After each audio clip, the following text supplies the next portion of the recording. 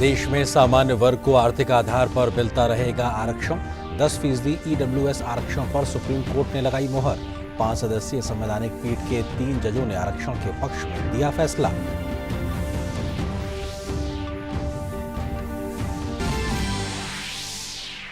EWS आरक्षण पर supreme court की मोहर पर कांग्रेस नेता उदित राज के बयान पर भाजपा ने किया जोरदार हमला। कहा, कांग्रेस नेता का बयान गरीब विरोधी सोच को है दर्शाता।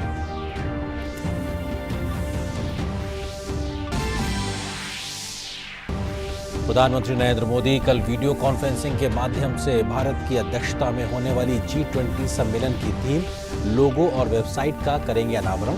भारत 1 दिसंबर से G20 संगठन की संभालेगा अध्यक्षता।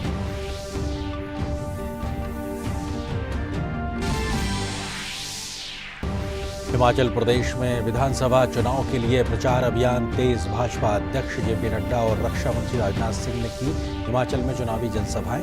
कांग्रेस नेता प्रियंका गांधी ने भी ऊना में की जनसभा।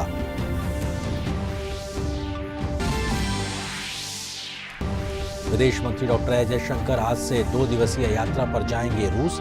रूसी विदेश मंत्री सर्गेई लावरोव से करेंगे उच्च स्तरीय वार्ता। वहीं विदेश राज्य मंत्री वी मुरलीधरन भी ब्राजील की 2 दिवसीय आधिकारिक यात्रा पर। आजादी के 75 साल पूरे होने पर 8 नवंबर को ब्राजील की संसद में आयोजित होने वाले सत्र में लेंगे भाग।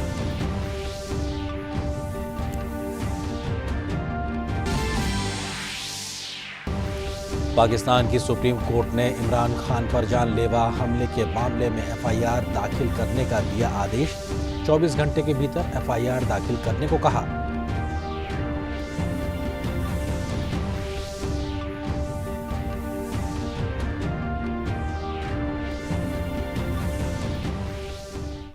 नमस्कार, आप देख रहे हैं डीडी न्यूज। अब तक के समाचारों के साथ मैं हूं आपके साथ आरेंद्र। खबरों पर डालते हैं विस्तार से नजर।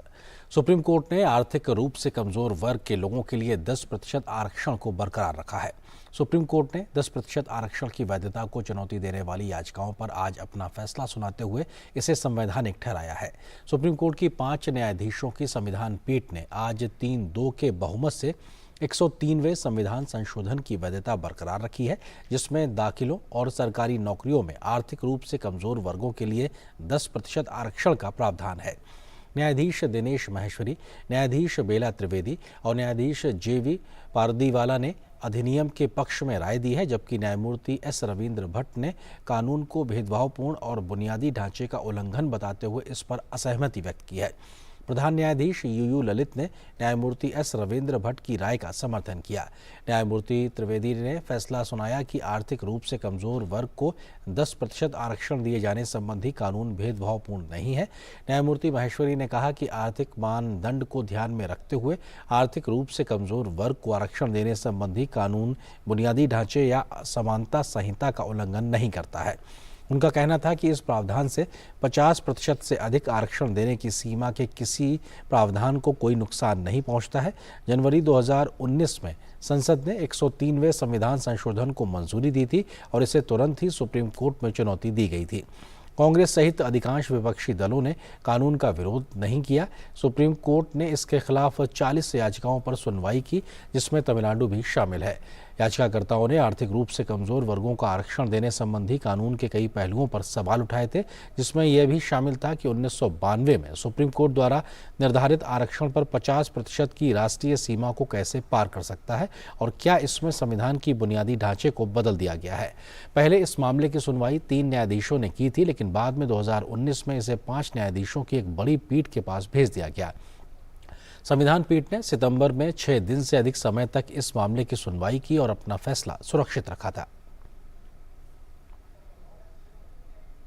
ये फैसला एक नए युग की शुरुआत कह सकते हैं कि जिस तरीके से ये 91 में इस तरीके का रिजर्वेशन दिया गया था, मगर 91 में जब ये इंदिरा साहनी का जजमेंट आया तो ये माना 9 जजेस ने कि जिस तरीके से आर्थिक आधार अगर आप रिजर्वेशन का लेते हैं तो ये कॉन्स्टिट्यूशनल फ्रॉड है।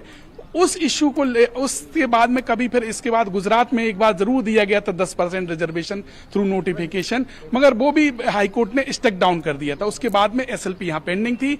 इलेक्शन के पहले आनंद फानन में 10% आर्थिक आधार पर आरक्षण दिया गया, जिसको आज यहाँ पे मेजोरिटी व्यू है जस्टिस महेश्वरी के साथ में justice Bela Trivedi and justice Pardiwala, इनके व्यू ने अपहेल्ड किया है कॉन्स्टिट्यूशन अमेंडमेंट को। संवैधानिक पीठ की 4 पीठ ने जजमेंट प्रोनाउंस किया। जजमेंट बहुत बड़े थे। उसके बाद जस्टिस 3 जजों ने उसमें कहा कि ये जो संशोधन किया गया है वो संविधान की मंशा के अनुरूप है, जबकि जस्टिस रविंद्र भट्ट और जस्टिस मुख्य न्यायमूर्ति ललित ने कहा कि ये संविधान की मंशा के विपरीत नहीं है और एक्सक्लूजन जो किया गया है वो संविधान की जो मूल भावना है या उसके अनुच्छेद हैं उसके अगेंस्ट है।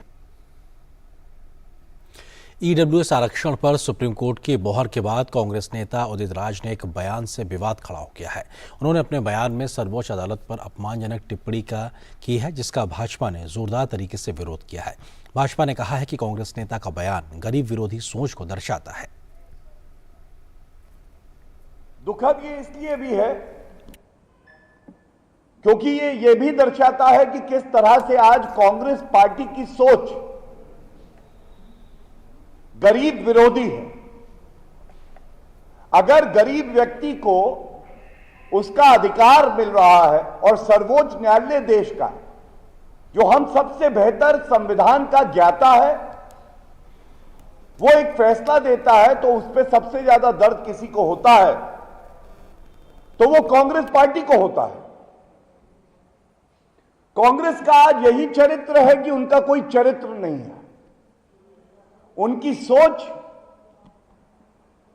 हमने देखा है, इससे पहले आदिवासी विरोधी रही। देश की राष्ट्रपति के लिए भी अभद्र टिप्पणी करने वाला कोई और नहीं था। कांग्रेस पार्टी के नेता डॉक्टर उदित राज थे। दलित विरोधी रही है, सेना विरोधी रही है, संसद विरोधी है और आज गरीब विरोधी भी है। भाजपा ने आरोप लगाया है कि राहुल गांधी की राह पर चलकर कांग्रेस के नेता देश तोड़ने वाली बातें कर रहे हैं। आप किसी फैसले से असहमत हो सकते हैं। संविधान के तहत आपको यह भी हक दिया है कि आप उसको चुनौती दें, लेकिन यह कह देना कि सुप्रीम कोर्ट जातिवादी है, यह कह देना कि सुप्रीम कोर्ट पलटी मार रहा है, यह केवल एक बात दर्शाता है कि आज कांग्रेस पार्टी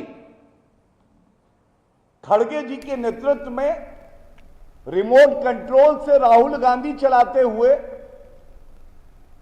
वही भारत तोड़ो सोच को आगे बढ़ा रहे हैं। प्रधानमंत्री नरेंद्र मोदी मंगलवार को भारत की G20 की अध्यक्षता के लोगो, थीम और वेबसाइट का अनावरण करेंगे। कल शाम 4:30 बजे होने वाले इस कार्यक्रम में प्रधानमंत्री नरेंद्र मोदी वीडियो कॉन्फ्रेंसिंग के माध्यम से शामिल होंगे।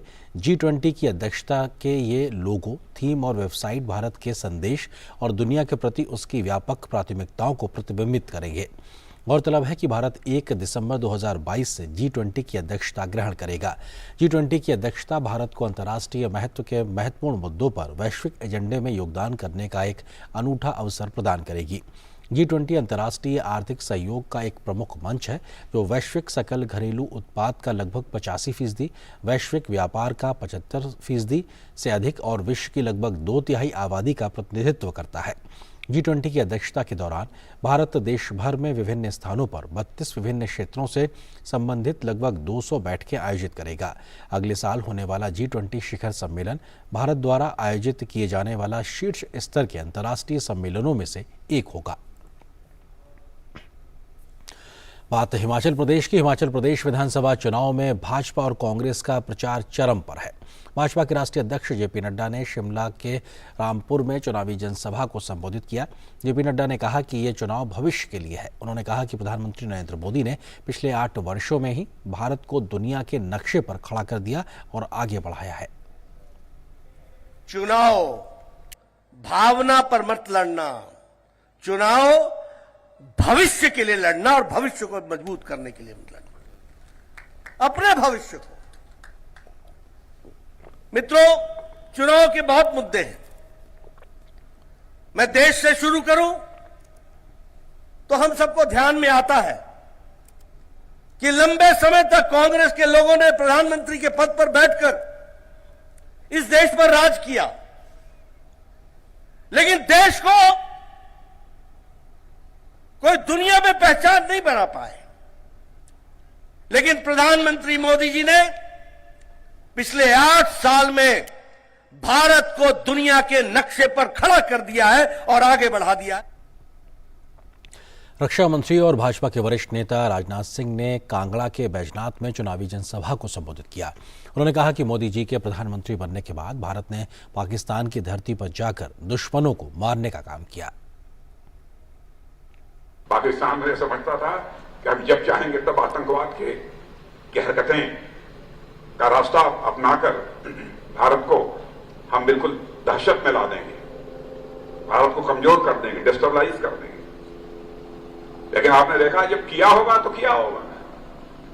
मेरे मोदी जी के प्रधानमंत्री बनने के बाद उस समय मैं भारत का गृह मंत्री था।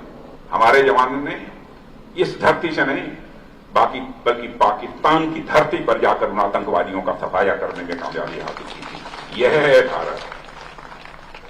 हमने सारे विश्व को संदेश दे दिया कि हम केवल इस पार से ही नहीं, जरूरत पड़ी तो उस पार भी जाकर मार सकते हैं। यह भारत के अंदर। उत्तर प्रदेश के मुख्यमंत्री और भाजपा के नेता योगी आदित्यनाथ ने हिमाचल प्रदेश के ऊना के हरोली में एक जनसभा को आज संबोधित किया। जनसभा को संबोधित करते हुए उन्होंने कांग्रेस पर जमकर निशाना साधा और मुख्यमंत्री जयराम ठाकुर की जमकर तारीफ की।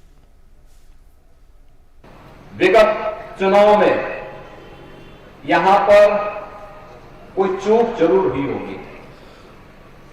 कांग्रेस का प्रत्याशी जीता, परिणाम क्या रहा? वे 10 वर्षों से विधायक रहते हुए कभी सक्रिय नहीं रहे और अंततः क्या हुआ आप सोचिए तो ठाकुर जयराम जी के नेतृत्व में सरकार बन गई और प्रोफेसर राम कुमार जी सक्रिय रहे तो विकास की योजनाओं को लेके आते रहे, यहां लोगों की हित में काम करते रहे।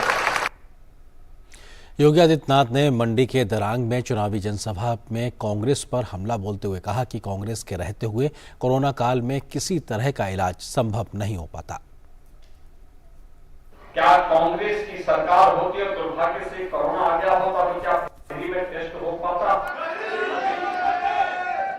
क्या फ्री में उपचार हो पाता? क्या फ्री में वैक्सीन मिल पाती? और क्या फ्री में राशन मिल पाता? कांग्रेस की सरकार होती तो क्या कश्मीर से धारा 370 हट पाती? और कांग्रेस की सरकार होती तो क्या अयोध्या में भगवान राम का भव्य मंदिर का निर्माण हो पाता? भाइयों बहनों, इन्होंने 55 वर्षों तक देश पे शासन किया, कभी इस कार्य की ओर सोचा भी नहीं। वहीं कांग्रेस की नेता प्रियंका गांधी ने हिमाचल प्रदेश के ऊना के हरोली में जनसभा को संबोधित किया। उन्होंने कहा कि हिमाचल प्रदेश में अगले 5 साल में 5 लाख रोजगार देने की पूरी कोशिश की जाएगी। पहले मंत्रिमंडल की मीटिंग में 1 लाख रोजगार तय करेंगे, लेकिन 5 सालों में हमारा वचन है कि 5 लाख रोजगार देने का पूरी कोशिश करेंगे। आपने हर घर लक्ष्मी योजना के बारे में सुना होगा। मैं जानती हूं आप कितना मेहनत करती हो। मैं जानती हूं मेरी बहनों, पूरा समाज का बोझ आपके कंधों पर है। इसीलिए हम हर घर लक्ष्मी योजना बनाना चाहते हैं, जिससे 1500 रुपए प्रति माह आपको मिलेंगे, आपके खाते में जाएंगे। हर विधानसभा में 4 इंग्लिश की पाठशाला बनाना चाहते हैं। आर्मी से रिटायर होकर आए सर्विसमैन के लिए आरक्षित सभी पदों को भरने की योजना है। यहां कांग्रेस ने कई औद्योगिक क्षेत्र बनाए, उनका विकास कराने का काम हम करना चाहते हैं। वहीं दिल्ली नगर निगम यानी एमसीडी के चुनाव के लिए नामांकन भरने की प्रक्रिया आज से शुरू हो गई है। नामांकन भरने की आखिरी तारीख 14 नवंबर है। केंद्रीय मंत्री और वरिष्ठ भाजपा नेता हरदीप सिंह पुरी ने दिल्ली नगर निगम चुनाव के लिए आज पार्टी के 30 प्रचार वाहनों को हरी झंडी दिखाकर रवाना किया। हरदीप सिंह पुरी ने कहा कि प्रधानमंत्री मोदी के नेतृत्व में भारत की अर्थव्यवस्था तेज गति से आगे बढ़ रही है।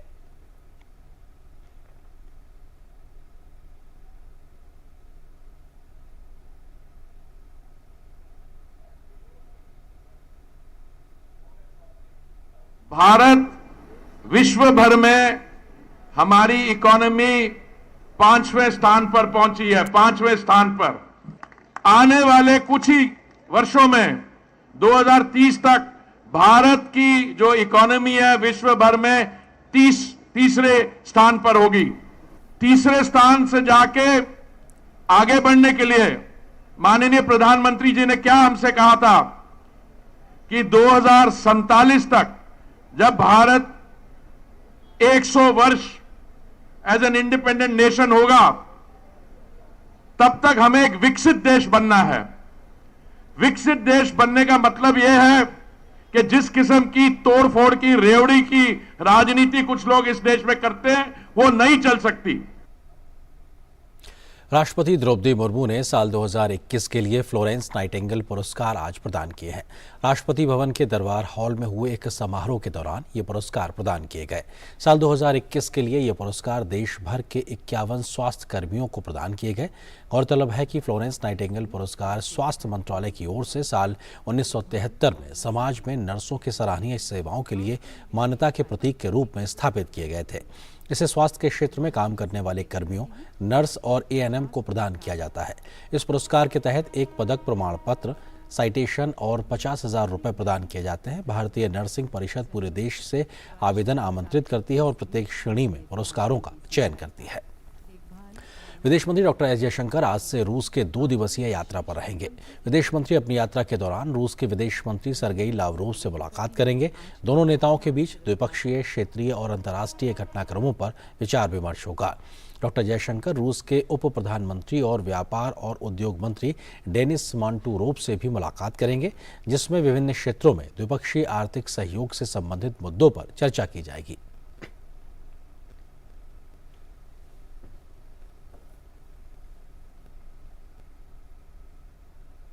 केंद्रीय सूचना एवं प्रसारण राज्य मंत्री डॉक्टर एल मुरुगन ने पणजी में इफ़ी के 53वें संस्करण की तैयारियों की समीक्षा की है। इस बैठक के दौरान आयोजन से जुड़े विभिन्न संस्थानों से अपनी अपनी तैयारियों की जानकारी ली। समीक्षा बैठक में सूचना एवं प्रसारण सचिव अपूर्व चंद्र, NFDC, ESG, राज्य पुलिस, PIV और प्रसार भारती के अधिकारियों ने भी हिस्सा लिया। डॉक्टर एल मुरुगन ने इफ़ी के कुछ आयोजन स्थलों का भी दौरा किया। This time we are focusing the film bazaar and pavilions like Cannes Film, what are the Cannes Film Festival type. Here our NFDC, Government of India and Government of Goa is organizing this time the whole 20 to 28, up to 28, the whole 8 days. There so many activities will be there. The screening of new movies and the screening of premiere movies and the screening of award winners and the national award winners, they are coming to participate, and Dada Saheb Phalke awardee winners participation and master classroom participations. Like all these 8 days here will be in festival mode. So the festival like festival type here, that arrangements is going to. Delhi में वायु प्रदूषण को देखते हुए प्रदेश की सरकार ने कई प्रतिबंध लगाए थे, लेकिन अब वायु गुणवत्ता सूचकांक में कमी आने के बाद उन प्रतिबंधों को हटाया जा रहा है। इस कड़ी में दिल्ली में 9 नवंबर से एक बार फिर से स्कूल शुरू किए जाने की घोषणा की गई है। साथ ही पूरी क्षमता के साथ सरकारी ऑफिस भी चलेंगे। सभी सरकारी कर्मचारियों को अब ऑफिस जाना होगा। फेज 4 का सभी प्रतिबंध को हटा दिया गया है।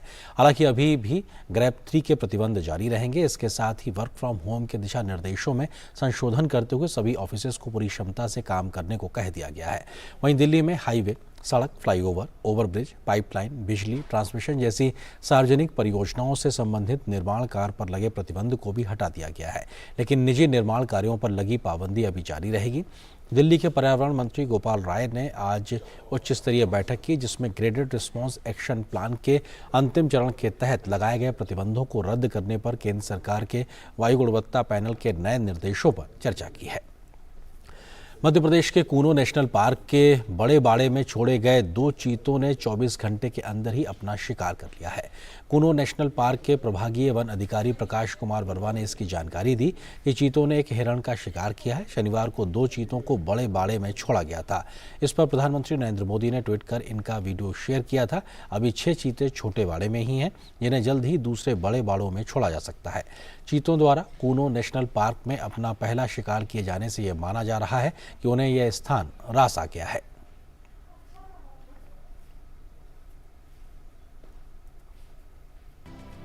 आकाशवाणी ने पहले मैनुअल रूप से किए जाने अपने संचालन में और अधिक पारदर्शिता तथा विश्वसनीयता लाने के लिए आकाशवाणी ने broadcast air time schedule system या बैट्स लागू किया है। प्रसार भारती के सीईओ मयंक अग्रवाल ने इसका शुभारंभ किया। इसकी सहायता से कामकाज में और अधिक बेहतरी सुनिश्चित होगी।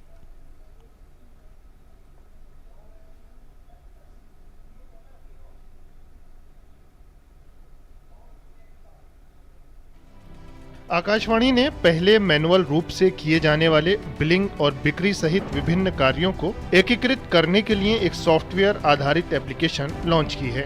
Broadcast air time scheduler system या बैट्स शेड्यूलिंग, बिक्री और बिलिंग के सभी विभागों को एकीकृत करेगा। प्रसार भारती के सीईओ मयंक अग्रवाल ने सोमवार को बैट्स ट्रैफिक और बिलिंग सॉफ्टवेयर लॉन्च किया। So they are very handy. I can carry it on my mobile, and because what are the billing and particularly commercial billings, they are very, very important for the organization, and we get immediate snapshot of even the smallest station, what's happening in the country.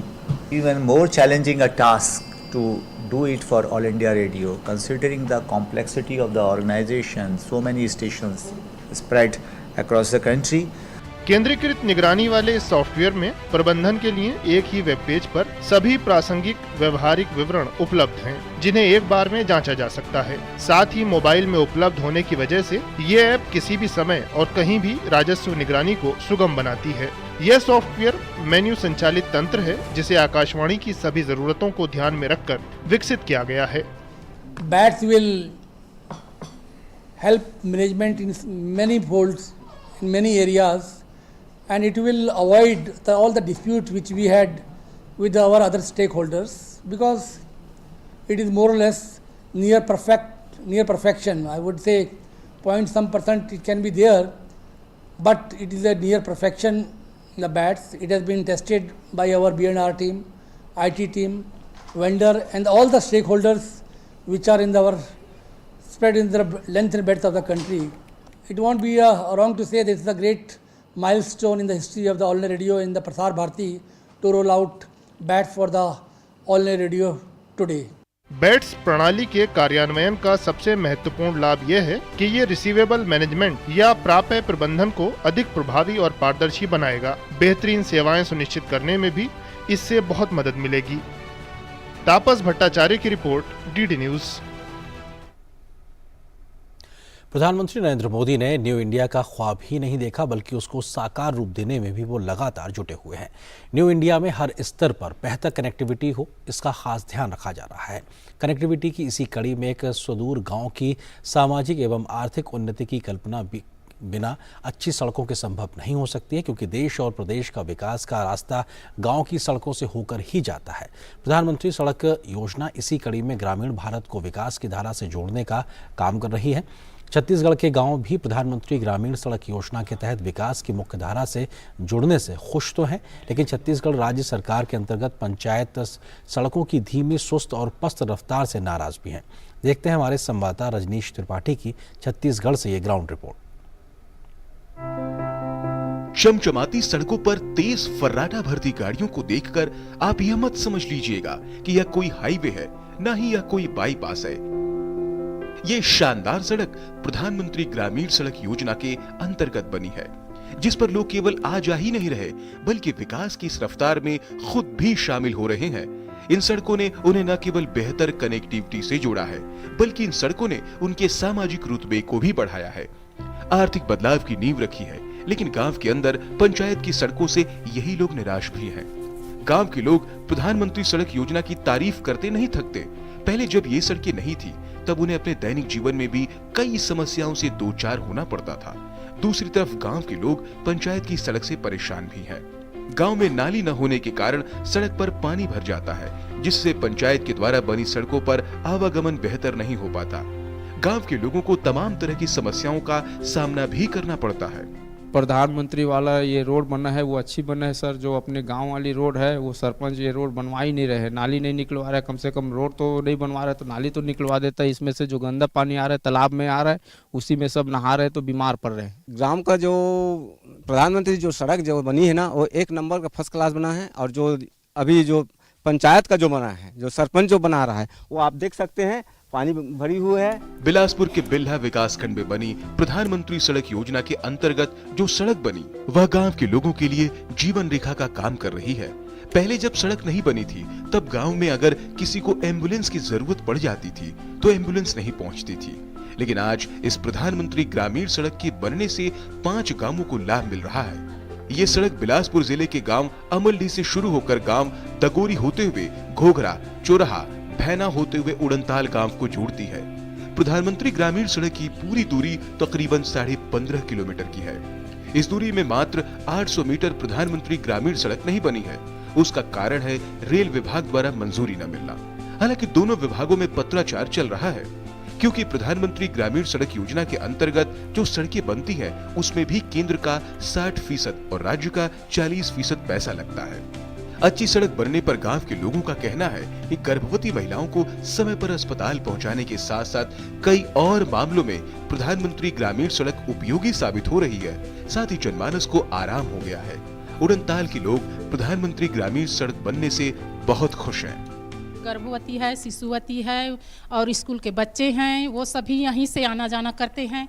और गाड़ी भी है, मतलब 10 कोसी से यहाँ आस पड़ोस के गांव से भी आना जाना लगा रहता है। और रोड नहीं रहेगा तो फिर तो बहुत ही मुश्किल है। अपन जो बिलासपुर से ग्राम प्रधानमंत्री ग्राम सड़क योजना बना है ना, उड़नताल दगौरी से पहुँच मार्ग, उसमें हम लोग को बहुत सुविधा है पब्लिक का आने जाने में। बट अपना जो कृषि कार्य भी है, ट्रैक्टर वैक्टर आते जाते उसमें भी सुविधा है। रोड बन चुका है, अच्छा बना है। तो अपने जो 108 है डिलीवरी, वो 102 है, 112 है, तुरंत आ जाता है। फोन कॉल करो तो जल्दी पहुंच जाता है। और रोड खराब था तो लेट में लगता था, बहुत सुविधा मिला है रोड बनने से। बिलासपुर के बिल्हा विकास खंड में 5 गांव को जोड़ने वाली प्रधानमंत्री ग्रामीण सड़क योजना के पूरा होने की समय सीमा 31/12/2022 तक रखा गया है। किसी गांव में अगर सड़क की व्यवस्था चुस्त दुरुस्त होती है तो गांव में स्वास्थ्य सुविधा भी अच्छी होती है। अच्छी सड़क गांव के बनने से विकास के रास्ते खुलते हैं।